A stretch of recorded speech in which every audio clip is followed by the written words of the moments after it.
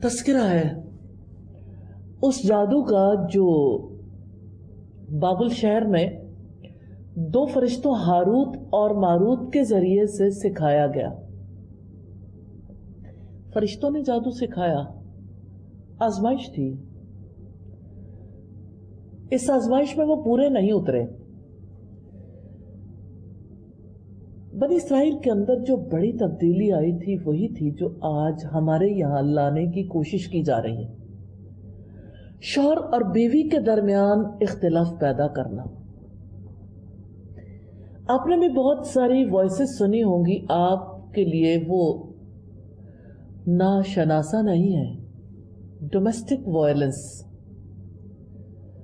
کبھی domestic violence کے نام پہ، کبھی عورت کی آزادی کے نام پہ، کبھی ویمن امپاورمنٹ کے نام پہ، کبھی نکاح کے بجائے آزادی کی فکر کرنے کے نام پہ، میری شادی نہیں آزادی کی فکر کرو، اور کبھی اس نام پہ کہ صرف مرد اور عورت ہی کو اکٹھے رہنے کا حق کیوں ہے. LGBTQ کیا ہے؟ کیا یہ تنظیمیں دنیا کی اصلاح کے لیے بنتی ہیں؟ یہ سب سے بڑا فساد ہے. اللہ تعالیٰ نے آسمان سے پتھر برسائے تھے، کیسے ان پر ڈیڈ سی کا پانی چڑھا دیا تھا. خوف نہیں آتا؟ جادو کے ذریعے سے جو کام کیا جاتا تھا آج کلام کے جادو کے زور پر کیا جا رہا ہے. کیا آپ جانتے ہیں ایسی سرکشیوں کی بنا پر اللہ تعالیٰ کا عذاب آتا ہے. اللہ تعالیٰ سے ڈر جائیں. اگر اب بھی توبہ نہیں کریں گے تو ایسی پکڑ میں آئیں گے کہ پھر بچ نہیں پائیں گے. نہ جا اس کے تحمل پر کہ بے ڈھب ہے گرفت اس کی، ڈر اس کی دیر گیری سے کہ سخت ہے انتقام اس کا. اسی لیے اللہ تعالیٰ نے فرمایا کہ دیکھو اللہ کے اذن کے بغیر تو وہ ہرگز ضرر نہیں پہنچا سکتے تھے. آج بھی یاد رکھیے گا، ایک فسوں ہے جو سب کے کانوں میں پھونک دیا گیا. سب کو لگتا ہے ساری پاور کورونا کے پاس ہے، اس وائرس کے پاس ہے. اللہ کے اذن کے بغیر کسی کو ضرر نہیں پہنچا سکتا. احتیاطی تدابیر اختیار کرنی چاہیے، لیکن کیا ایسی تدابیر اور سدا ہی جاری رہیں گی؟ سوشل ڈسٹینسنگ کی بات ہے تو ٹھیک ہے اختیار کر لیں، لیکن آپ دیکھیں یہ پورا لائف سٹائل ہے. آپ پانی کی بجائے الکوہل سے ہاتھ دھو لیں، سینیٹائز اور کس چیز سے کرتے ہیں؟ فارم بدلتی ہے جو بھی ہے، لیکن یہ عجیب وضو ہے جو سب نے سیکھ لیا. اب وضو کیوں نہیں کرتے؟ آپ کسی بھی سوپ سے ہاتھ دھو سکتے ہیں، ایکولی گڈ ہے. آپ گندگی سے بچنا چاہتے ہیں تو آپ اللہ تعالیٰ کی طرف سے دیا ہوا نظام زندگی چھوڑ کر اپنا انسانوں کا بنایا ہوا نظام کیوں اختیار کرتے ہیں؟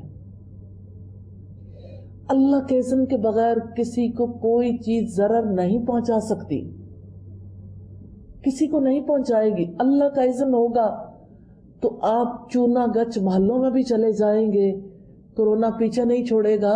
اب دیکھ لیں کھلے سمندر میں جہاں کوئی نہیں پہنچا، کورونا جا کے کیسے وہاں پر بھی پہنچ گیا، ان بحری جہازوں تک جو کسی بھی ملک کے لیے بڑی اہمیت کے حامل تھے. اتنی بڑی تعداد میں وہاں کورونا کیسے پہنچا؟ اللہ کے اذن کے بغیر کوئی کسی کو تکلیف نہیں پہنچا سکتا. رکو نمبر 13 ہے، اے ایمان والو تم رائنا ہماری رعایت کریں یہ نہ کہو، بلکہ انظرنا ہماری طرف نظر کرم کیجئے، کہو اور سنو، اور کافروں کے لیے دردناک عذاب ہے.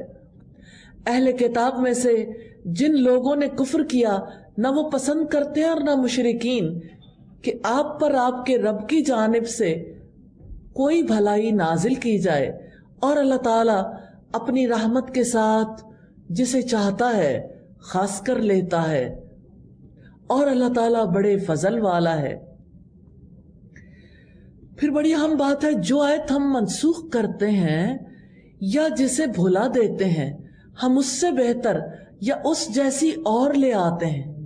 کیا آپ نہیں جانتے کہ یقیناً اللہ تعالیٰ ہر چیز پر پوری قدرت رکھنے والا ہے؟ شاہی فرمان ہے، جس نے ایک فرمان نازل کیا وہ اس کو کینسل بھی کر سکتا ہے اور ایک چیز کی جگہ دوسری چیز بھی لا سکتا ہے۔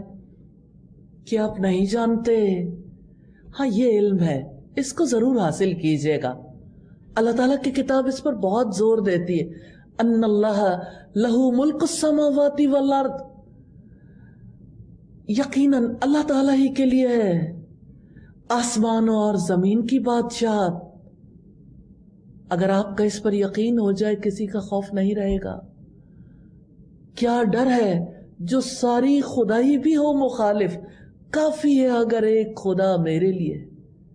اس ایک رب پر یقین کر کے دیکھیں، ہر چیز اس کی ملکیت میں ہے اور تمہارا اللہ تعالیٰ کے سوا نہ کوئی دوست ہے اور نہ کوئی مددگار۔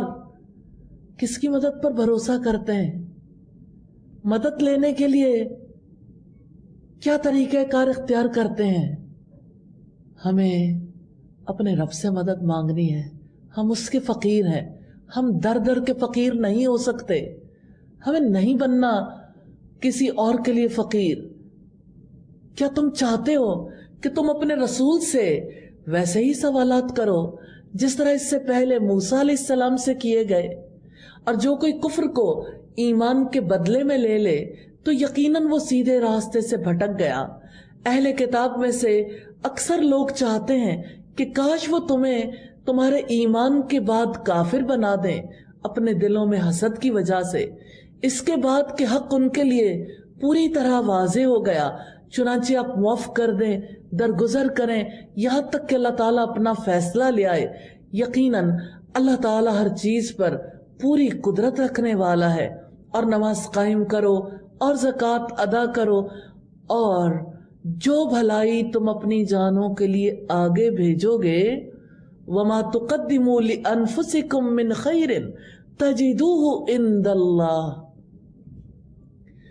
جو بھلائی تم اپنی جانوں کے لیے آگے بھیجو گے، آپ بھیج رہے ہیں، ایسے نیک اعمال کر رہے ہیں، تو یقین رکھیں اللہ تعالیٰ کے ہاں اسے موجود پاؤ گے۔ یقیناً جو بھی تم عمل کرتے ہو اللہ تعالیٰ اسے خوب دیکھنے والا ہے۔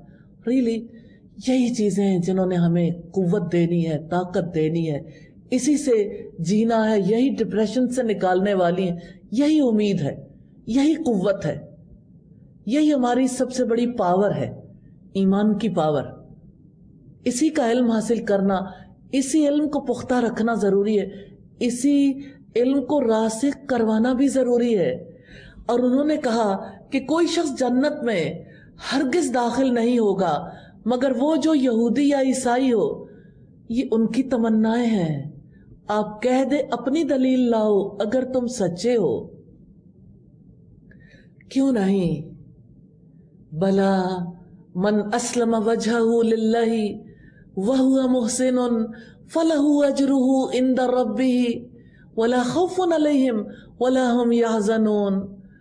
کیوں نہیں؟ جس نے اپنا چہرہ اللہ تعالیٰ کے تابع کر دیا۔ آپ نے کر دیا؟ اپنے چہرے کو اللہ تعالیٰ کے لیے جھکا دیں، اور وہ نیکی کرنے والا ہو، نیکی کی رغبت مانگے اپنے رب سے، تو اس کے لیے اس کے رب کے پاس اس کا اجر ہے، اور ان پر نہ کوئی خوف ہوگا اور نہ وہ غمگین ہوں گے۔ اور یہود نے کہا کہ عیسائی کسی چیز پر نہیں، عیسائیوں نے کہا یہودی کسی چیز پر نہیں، حالانکہ وہ سب کتاب پڑھتے ہیں۔ اسی طرح ان کی بات جیسی بات ان لوگوں نے کی جو علم نہیں رکھتے۔ پھر اللہ تعالیٰ قیامت کے دن ان کے درمیان ان معاملات کا فیصلہ کرے گا جس میں وہ اختلاف کرتے تھے، اور اس سے بڑا ظالم اور کون ہے؟ توجہ کیجیے گا، آج کے حالات میں بھی ہمارے لیے بہت زیادہ غور و فکر کرنے کی ضرورت ہے۔ ومن ازلم، جہانوں کے بادشاہ نے کہا ہے، یہ دنیا کے کسی بادشاہ کی بات نہیں ہے۔ اور کون بڑا ظالم ہے، اس سے بڑا ظالم اور کون ہے؟ ممن منع مساجد اللہ ان یذکر فیہا اسمہ وسعی فی خرابہا، جس نے اللہ کی مسجدوں سے روکا کہ ان میں اس کا نام لیا جائے اور ان کو ویران کرنے کی کوشش کی۔ مسجد اللہ تعالیٰ کا گھر ہے، مسجد کسی بھی سوسائٹی میں دھڑکتے دل کی طرح ہے۔ یہ مسجدیں عبادت گاہیں بھی ہیں، تربیت گاہیں بھی ہیں۔ یہ مسجد مسلمانوں کو 5 اوقات میں آپس میں جوڑے رکھتی ہے، مسلمانوں کے دکھ سکھ سانجھے ہو جاتے ہیں۔ آج کتنے ہی لوگ ہیں جو جہالت کی وجہ سے کہتے ہیں مسجد جانے والوں سے وائرس پھیلا ہے۔ چائنا میں کس مسجد سے پھیلا تھا؟ یو ایس میں، برٹن میں، مختلف ممالک میں کون سے افراد تبلیغ کرنے کے لیے گئے تھے؟ کیا اتنا دل سخت ہو گیا ہے کہ اب جو رب کی بات کرے اس کو برے طریقے سے، اس کے امیج کو برے طریقے سے خراب کرنا آپ نے اپنی ذمہ داری بنا لیا؟ جس کے قبضے میں ہم سب کی جان ہے، ایک حکم پر سانس نہیں لے سکیں گے، اور اگر اس نے فیصلہ کر لیا تو دنیا سے رخصت بھی عزت کے ساتھ نہیں ہوں گے، اور آخرت میں ذلیل کرنے والا عذاب ہوگا۔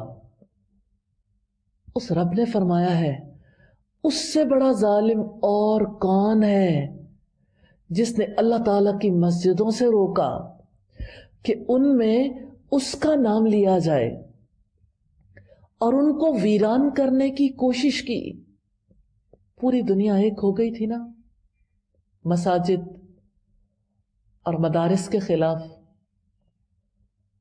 ویران کرنے کے لیے، مسلمانوں سے اللہ کی آخری کتاب کو چھین لیا جائے، مسلمانوں کو اللہ تعالی کے ساتھ تعلق نہ بنانے دیا جائے، رشتہ کاٹ دیں۔ تو دیکھ لیں دنیا میں سازشی لوگوں کے لیے کتنی بڑی عبرت ہے۔ آج جسم اور روح کا رشتہ قائم رہنا مشکل ہو گیا۔ ایک چھوٹی سی مخلوق آئی ہے، اس مخلوق کی وجہ سے ساری چیزیں اندر سے نکل رہی ہیں۔ کون رب سے محبت کرنے والا ہے اور کون رب کے راستے پہ جانے سے روکنے والا ہے؟ اپنا حصہ اتنا ہی نہ رکھیں کہ اللہ تعالیٰ کی عبادت گاہوں سے روکنے والے بن جائیں اور ان عبادت گاہوں کے امیج کو مجروح کرنے والے بن جائیں۔ انہی لوگوں کا حق نہ تھا کہ ان میں داخل ہوتے، مگر ڈرتے ہوئے ان کے لیے دنیا میں رسوائی ہے اور آخرت میں ان کے لیے بہت بڑا عذاب ہے۔ اور مشرق اور مغرب اللہ تعالیٰ کے لیے ہیں۔ وَلِلَّهِ الْمَشْرِقُ وَالْمَغْرِبُ، کوئی مالک نہیں، کسی کی کسی فیلڈ میں مہارت دھری کی دھری رہ جائے گی۔ وَلِلَّهِ الْمَشْرِقُ وَالْمَغْرِبُ، اور مشرق اور مغرب اللہ تعالیٰ کے لیے ہیں، چنانچہ جدھر بھی تم رخ کرو گے تو اسی طرف اللہ تعالیٰ کا چہرہ ہے۔ یقیناً اللہ تعالیٰ بڑی وسعت والا، سب کچھ جاننے والا ہے۔ اور انہوں نے کہا کہ اللہ تعالیٰ نے اولاد بنا رکھی ہے، وہ پاک ہے، بلکہ آسمانوں اور زمین میں جو کچھ ہے اسی کا ہے، سب کے سب اس کے فرما بردار ہیں۔ آسمانوں اور زمین کا موجد ہے، اور جب وہ کسی کام کا فیصلہ کرتا ہے تو یقیناً اس کو وہ کہتا ہے کہ ہو جا تو وہ ہو جاتا ہے۔ اور جو لوگ علم نہیں رکھتے انہوں نے کہا کہ اللہ تعالیٰ خود ہم سے بات کیوں نہیں کرتا، یا ہمارے پاس کوئی نشانی کیوں نہیں آتی۔ اسی طرح ان کی بات کی طرح ان لوگوں نے کہا جو ان سے پہلے تھے، ان سب کے دل ایک جیسے ہو گئے، جہالت میں، نافرمانی میں، کفر میں۔ یقیناً ہم نے آیتیں صاف صاف بیان کر دی ہیں ان لوگوں کے لیے جو یقین کرتے ہیں، یقیناً ہم نے آپ کو حق کے ساتھ خوشخبری سنانے والا اور ڈرانے والا بنا کر بھیجا ہے۔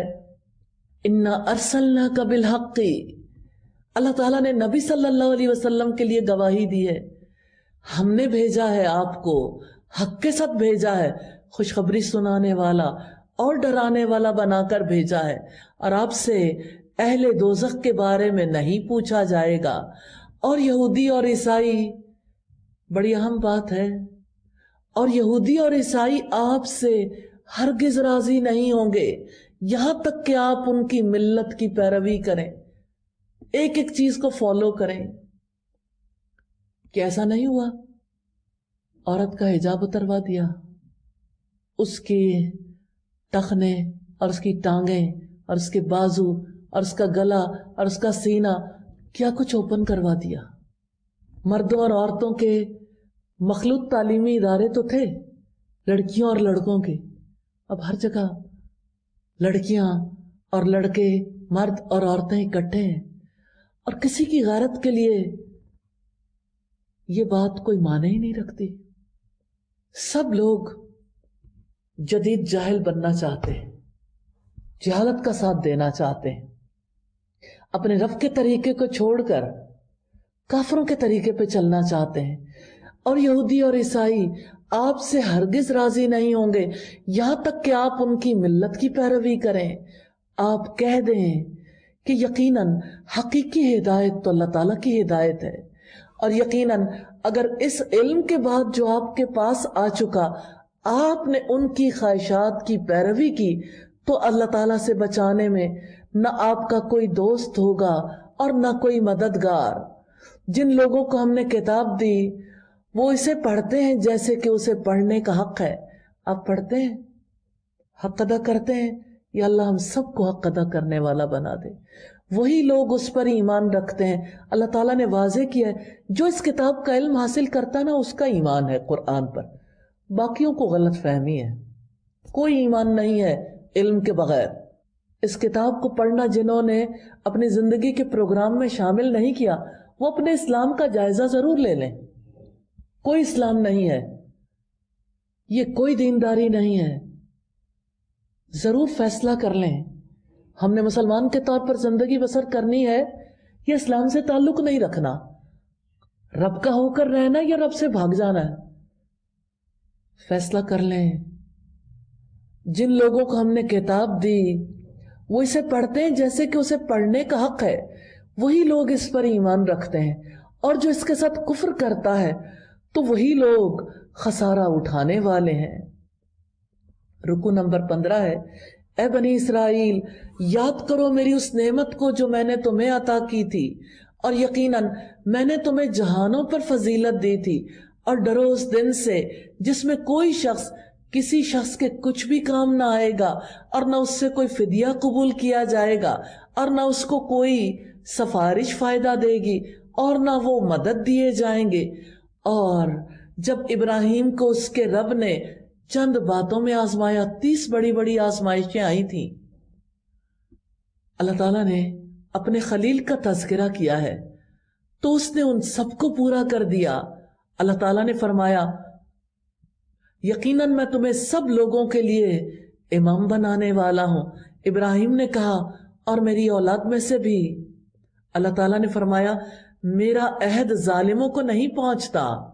اور جب ہم نے بیت اللہ کو لوگوں کے لیے لوٹ کر آنے کی جگہ اور سراسر امن بنایا، اور تم مقام ابراہیم کو نماز پڑھنے کی جگہ بناؤ، اور ہم نے ابراہیم اور اسماعیل کو تاکیدی حکم دیا ان طہر بیتی للطائفین والعاکفین والرکع السجود، کہ آپ دونوں میرے گھر کو طواف کرنے والوں، اعتکاف کرنے والوں، رکوع اور سجدہ کرنے والوں کے لیے پاک صاف رکھو۔ اللہ تعالیٰ کا وہ گھر آج اللہ تعالیٰ کے گھر کو صاف کرنے والوں کے لیے ہے۔ کیا آپ جانتے ہیں کتنا طویل عرصہ گزر گیا صرف اس کی صفائی ستھرائی کرنے والے ہی نماز ادا کرتے ہیں، یا چند لوگ اور۔ اللہ کے گھروں کو پاک صاف رکھنا اتنا بڑا درجہ ہے، اللہ تعالیٰ کے گھروں کے انتظامات کرنا. سوچیں آج کتنی بڑی آبادی ہے جو اللہ کے گھروں سے جڑی ہوئی تھی، آج اپنے اپنے گھروں میں بیٹھے ہیں. خدمت کیوں نہیں کر سکتے؟ ان کی صفائی ستھرائی کے لیے رکاوٹ تو نہیں ہے؟ آپ نے اللہ تعالیٰ کے گھر ہی چھوڑ دیے، آپ نے اس کی ذمہ داری ترک کر دی ایک چھوٹی سی مخلوق کے خوف کے وجہ سے کہ گھر سے نکلے تو وہ پکڑ لے گا. ایک کافر کی اپروچ میں اور ایک مومن کی اپروچ میں فرق ہے، ہونا چاہیے. ضرور سوچئے گا. اور جب ابراہیم نے کہا اے میرے رب اس شہر کو امن والا بنا دے اور اس کے باشندوں کو پھلوں میں سے رزق عطا فرما جو ان میں سے اللہ تعالی اور یوم آخرت پر ایمان لائے.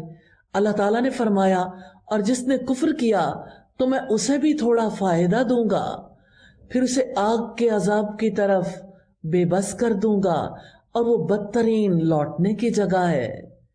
اور جب ابراہیم علیہ السلام اور اسماعیل علیہ السلام بیت اللہ کی بنیادیں اٹھا رہے تھے تو انہوں نے کہا اے ہمارے رب ہم سے قبول فرما، یقیناً تو ہی سب کچھ سننے والا سب کچھ جاننے والا ہے.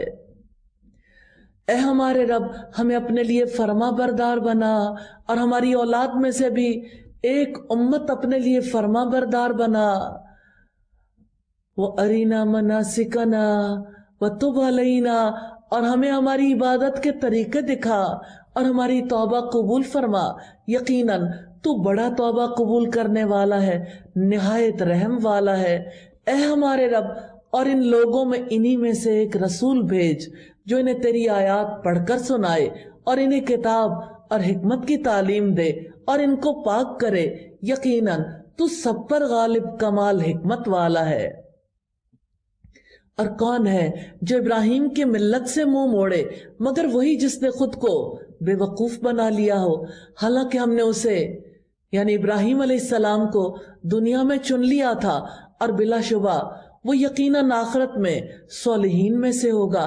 جب اس کے رب نے اس سے کہا فرما بردار ہو جا تو اس نے کہا اسلمت لرب العالمین، میں جہانوں کے رب کا فرما بردار ہو گیا. اگر پہلے پارے کے بعد آپ بھی اپنے رب سے کہہ دیں اسلمت لرب العالمین، میں جہانوں کے رب کا فرما بردار ہو گیا، اس سے بڑی کوئی سعادت ہی نہیں. اور اس کی وصیت ابراہیم علیہ السلام نے اپنے بیٹوں کو کی اور یعقوب علیہ السلام نے بھی، اے میرے بیٹو یقیناً اللہ تعالیٰ نے تمہارے لیے دین کو منتخب کیا ہے، تو ہرگز نہ تم مرنا مگر اس حال میں کہ تم فرما بردار ہو. اپنے بچوں کو بھی نصیحت کرنی چاہیے، کرتے ہی رہنا چاہیے. کیا تم اس وقت موجود تھے جب یعقوب علیہ السلام کو موت آئی، جب اس نے اپنے بیٹوں سے کہا میرے بعد تم کس کی عبادت کرو گے؟ انہوں نے کہا ہم آپ کے معبود اور آپ کے آبا ابراہیم، اسماعیل اور اسحاق علیہ السلام کے معبود کی عبادت کریں گے جو ایک ہی معبود ہے اور ہم اسی کے لیے فرما بردار ہیں. وہ ایک امت تھی، یقیناً گزر گئی.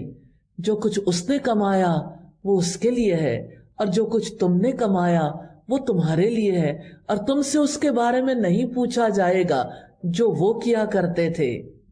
اور انہوں نے کہا کہ تم یہودی ہو جاؤ یا عیسائی ہو جاؤ تو ہدایت پاؤ گے. آپ کہہ دیں نہیں، بلکہ ابراہیم کی ملت جو ایک اللہ کا ہو کر رہنے والا تھا، وہ مشرکوں میں سے نہ تھا. آپ سب کہو کہ ہم اللہ پر ایمان لائے اور اس پر ایمان لائے ہیں جو ہماری طرف نازل کیا گیا اور جو ابراہیم، اسماعیل، اسحاق، یعقوب اور اولاد یعقوب کی طرف نازل کیا گیا، اور جو موسیٰ اور عیسیٰ اور دوسرے سب نبیوں کو ان کے رب کی طرف سے دیا گیا. ہم ان میں سے کسی ایک کے درمیان کوئی فرق نہیں کرتے اور ہم اللہ تعالیٰ ہی کے فرما بردار ہیں. پھر اگر وہ اس جیسی چیز پر ایمان لائیں جس پر تم ایمان لائے ہو تو یقیناً وہ ہدایت پا گئے. ہمیشہ ہدایت کے راستے پہ چلنے کے لیے انسان کو ماڈل پرسنالٹیز کی ضرورت ہوتی، ہیروز. ہمارے لیے رب العزت نے راستہ بتایا ہے، فَإِنْ آمَنُوا بِمِثْلِ مَا آمَنْتُمْ بِهِ فَقَدِ اهْتَدَوْا، اگر وہ اسی چیز پر ایمان لائیں جس پر تم ایمان لائے، جیسے صحابہ ایمان لائے اسی طرح ایمان لائیں گے تو ہدایت پائیں گے، اور اگر وہ پھر جائیں تو یقیناً اب وہ مخالفت میں ہیں، چنانچہ عنقریب ان سے اللہ تعالیٰ آپ کو کافی ہو جائے گا، اور وہ سب کچھ سننے والا سب کچھ جاننے والا ہے۔ صبغت اللہ، اللہ کا رنگ، ومن احسن من اللہ صبغہ، اور رنگ میں اللہ تعالیٰ سے زیادہ اچھا کون ہے، اور ہم اسی کے لیے عبادت کرنے والے ہیں۔ آپ کہہ دیں کہ کیا تم اللہ تعالیٰ کے بارے میں ہم سے جھگڑتے ہو، حالانکہ وہی ہمارا رب ہے اور تمہارا رب ہے، اور ہمارے لیے ہمارے اعمال ہیں اور تمہارے لیے تمہارے اعمال ہیں، اور ہم اس کے لیے خالص کرنے والے ہیں۔ یا تم کہتے ہو کہ یقیناً ابراہیم، اسماعیل، اسحاق، یعقوب اور ان کی اولاد سب یہودی یا عیسائی تھے، کہہ دو کیا تم زیادہ جانتے ہو یا اللہ تعالیٰ؟ اور اس سے بڑا ظالم کون ہوگا جو اس گواہی کو چھپائے جو اللہ تعالیٰ کی جانب سے اس کے پاس ہے۔ جب آپ پیغام نہیں پہنچائیں گے، قرآن کو نہیں پہنچائیں گے تو قرآن چھپ جائے گا۔ اس سے بڑا ظالم بھی کوئی نہیں جو قرآن کا پیغام نہیں پہنچاتا، اور جو کچھ تم کرتے ہو اللہ تعالیٰ اس سے غافل نہیں ہے۔ اور وہ ایک امت تھی جو یقیناً گزر چکی، جو کچھ انہوں نے کمایا وہ ان کے لیے ہے، اور جو کچھ تم نے کمایا وہ تمہارے لیے ہے، اور تم سے ان کے بارے میں نہیں پوچھا جائے گا جو وہ عمل کیا کرتے تھے۔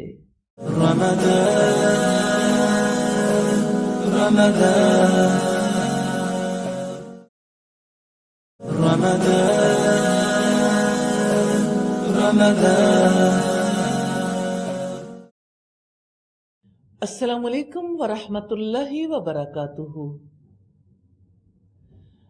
اعوذ باللہ من الشیطان الرجیم، بسم اللہ الرحمن الرحیم، رب اشرح لی صدری ویسر لی امری واحلل عقدۃ من لسانی یفقہوا قولی۔ اللہ کے پاک نام سے دوسرے پارے کا آغاز کرتے ہیں۔ ہم نے پہلے پارے میں دیکھا بنی اسرائیل میں سے مغضوب علیہم کا رویہ، اور پارے کے اختتام پر ابراہیم علیہ السلام اللہ تعالیٰ کا گھر تعمیر کرتے نظر آتے ہیں۔ دوسرے پارے میں قبلے کی تبدیلی کا حکم ہے۔ قبلہ بدلا، لیڈر بدلے تو اس کے ساتھ ہی احکامات بدل گئے۔ دوسرے پارے میں امت مسلمہ کے لیے احکامات ہیں۔ آئیے دیکھتے ہیں رب العزت نے ہمارے نام کیا پیغام دیا ہے۔ سَيَقُولُ السُّفَهَاءُ مِنَ النَّاسِ مَا وَلَّاهُمْ عَنْ قِبْلَتِهِمُ الَّتِي كَانُوا عَلَيْهَا قُلْ لِلَّهِ الْمَشْرِقُ وَالْمَغْرِبُ يَهْدِي مَن يَشَاءُ إِلَى صِرَاطٍ مُّسْتَقِيمٍ۔ جلد ہی لوگوں میں سے بے وقوف کہیں گے کہ انہیں کس چیز نے ان کے اس قبلے سے پھیر دیا ہے جس پر وہ تھے۔ آپ کہہ دو مشرق اور مغرب اللہ تعالیٰ ہی کے لیے ہیں، وہ جس کو چاہتا ہے سیدھے راستے کی طرف ہدایت دیتا ہے۔ اللہ تعالیٰ نے اپنے ازلی علم سے خبر دی ہے کہ ابھی قبلے کی تبدیلی کے حکم پر اعتراضات کا لامتناہی سلسلہ شروع ہونے والا ہے، اور اعتراض کرنے والے بے وقوف لوگ ہیں جو اپنے مسالے کو نہیں پہچانتے۔ کیا آپ تصور کر سکتے ہیں السفہاء سے کون لوگ مراد ہیں؟ یہود نے سب سے زیادہ اعتراض کیا تھا۔ نبی صلی اللہ علیہ وسلم جب مدینہ آئے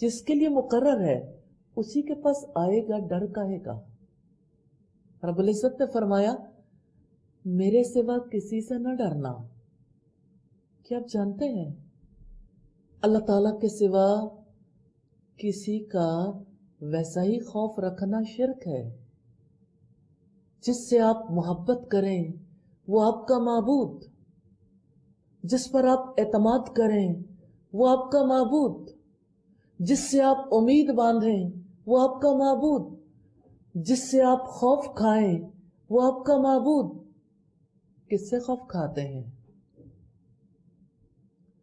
ایک اللہ کا خوف رکھنے کی بجائے اس کا خوف رکھتے ہیں جس کے ہاتھ میں کوئی اختیار ہی نہیں ہے۔